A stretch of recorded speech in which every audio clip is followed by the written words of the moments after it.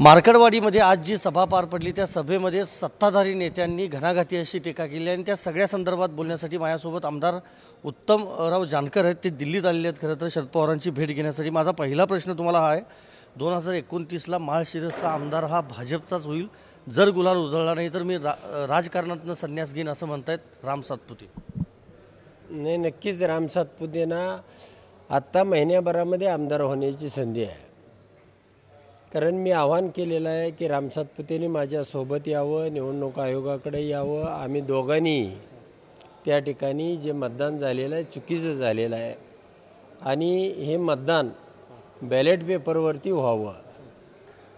मग राम सातपुतेंना 2029 कशासाठी त्यांना गुलाल उधळायला महिन्याभरात संधी मी देतो। उशीर लावायची कारण काय त्याला? तुम्ही राजीनामा देणार मग काय? मी राजीनामा देतोय, फक्त राम सातपुतेने माझ्यासोबत निवडणूक आयोगापर्यंत यावं आणि दोन्ही उमेदवारांनी बॅलेट पेपरवर मतदान घ्यावं असं आम्ही दोघांनी लिहून द्यायचं। त्याला महिन्याभरातच गुलाल उधळायची संधी आहे। मंत्री होईल महाराष्ट्रामध्ये, त्यांचं सरकार आहे, अडचण काय? 29 म्हणजे फार लांब, अजून तिथे जगतोय मरतोय राम सातपुते, अजून त्याचं काय व्हायचं आहे? ज्या जयसिंह मोहिते पाटलांनी बँका बुडून खाल्ल्या त्यांना 3 महिन्यात जेलमध्ये टाकणार असं म्हणतात। नाही, असे फार राम सातपुते पाय ते मोहिते पाटलाचे बूट पोसायला रोज 100 जण असते। तर राम सातपुते म्हणजे की झाड की पत्ती, त्यानं काय म्हटलं म्हणजे त्याच्यावरती स्टेटमेंट द्यावं असं नाही।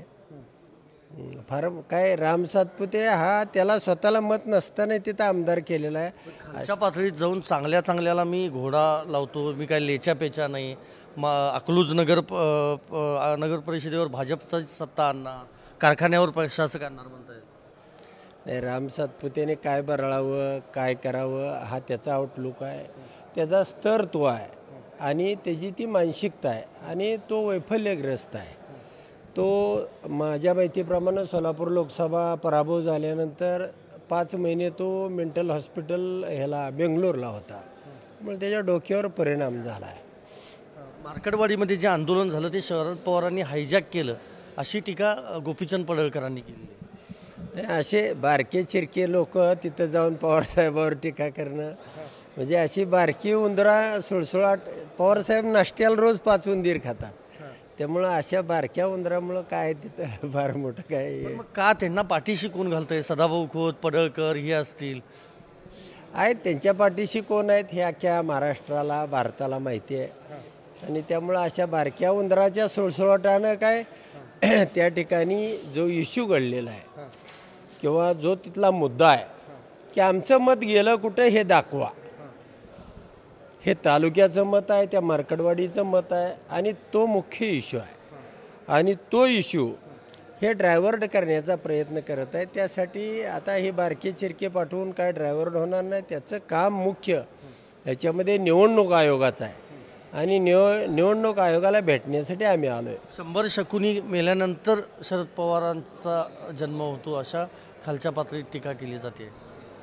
काय कावळ्याच्या श्रापानं गुरं मरत नाहीत। पवारसाहेब हे पवारसाहेब आहेत, त्याला भल्या भल्याना त्यांनी लोळवलेला आहे, भल्या भल्यांची आणि अनेक चढ उतार आयुष्यामध्ये पाहिलेला हा पहाड म्हणजे महाराष्ट्राचा पहाड आहे।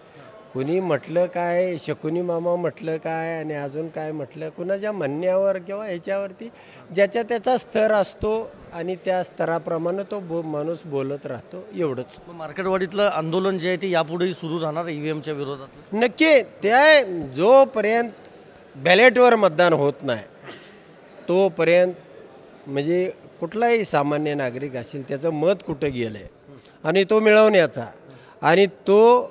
मिळवण्याचा हक्क हा आमचा आहे आणि तुम्हाला तुमच्या मीडियाच्या माध्यमातून सांगतो, तो मिळवल्याशिवाय राहणार नाही।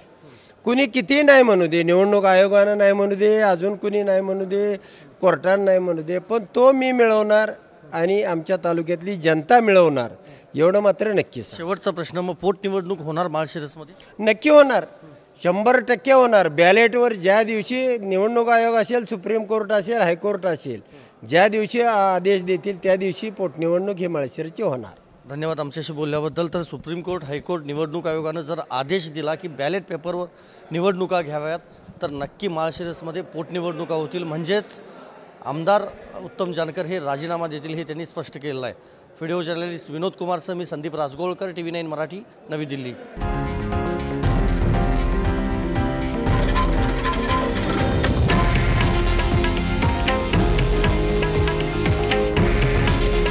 हे आहे देशातील नंबर 1 न्यूज नेटवर्क आणि आपण पाहत आहात TV9 मराठी.